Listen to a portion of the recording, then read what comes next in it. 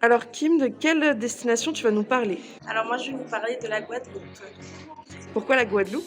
Alors c'est l'île d'où mon père est originaire et où toute ma famille paternelle habite. Alors moi je vais vous présenter le Maroc, donc un pays que j'ai visité quand j'étais plus petit avec mes parents. Je vais vous parler des États-Unis parce que j'ai été pendant 3 mois pour faire un bénévolat là-bas pendant mon année de césure. De la Croatie. Pourquoi tu as choisi ce pays? Parce que j'y étais il y a 3 jours et que j'ai trouvé ça vraiment super bien. Donc moi je vais vous parler de la Turquie parce que c'est un pays très varié et en plus la plus grande ville c'est Istanbul. Dieu à voir absolument le marché de Marrakech. C'est assez atypique, c'est un souk. Du coup moi j'étais à Fraser Park, donc c'est un lieu où ils s'occupent de l'eau.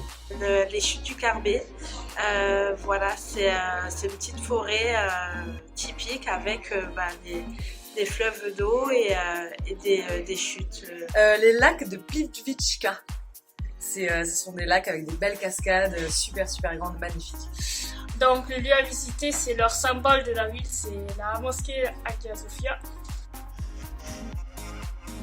Ça sera le kefke avec le boulgour.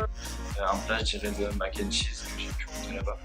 Un plat typique, je vais vous dire le michoui que j'avais mangé du coup chez une famille, on avait été invité à manger un soir. D'ailleurs on avait mangé très tard, c'était 1h, on avait attendu jusqu'à 1h du matin parce qu'on nous avait fait choisir le mouton carrément quand on voulait manger.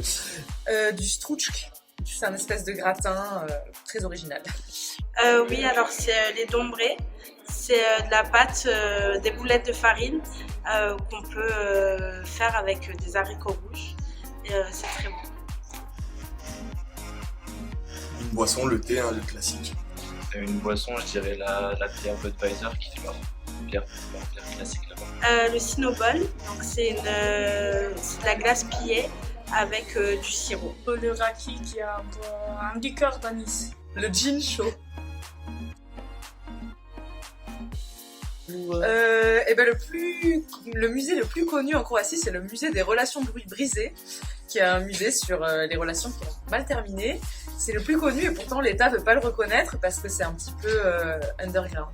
Un événement, il y avait un petit marathon qui se déroulait dans le village, du coup que l'ami à mon père sponsorisait. Du coup c'était assez sympa parce que tous les gens du village se réunissaient et après il y avait un moment d'échange. Moi j'ai remarqué que le thé c'est vraiment la boisson principale lors de réunions de famille, des négociations sur le grand bazar d'Istanbul ou sur des réunions d'affaires. Là-bas, ce qui m'a marqué c'est qu'ils avaient leur arme à la ceinture, du coup ça m'a un peu surpris. Les fêtes de Noël, là-bas c'est encore plus festif que la France et tout le monde mange chez tout le monde, même si on n'est pas de la même famille, je trouve que ça fait chaud au cœur.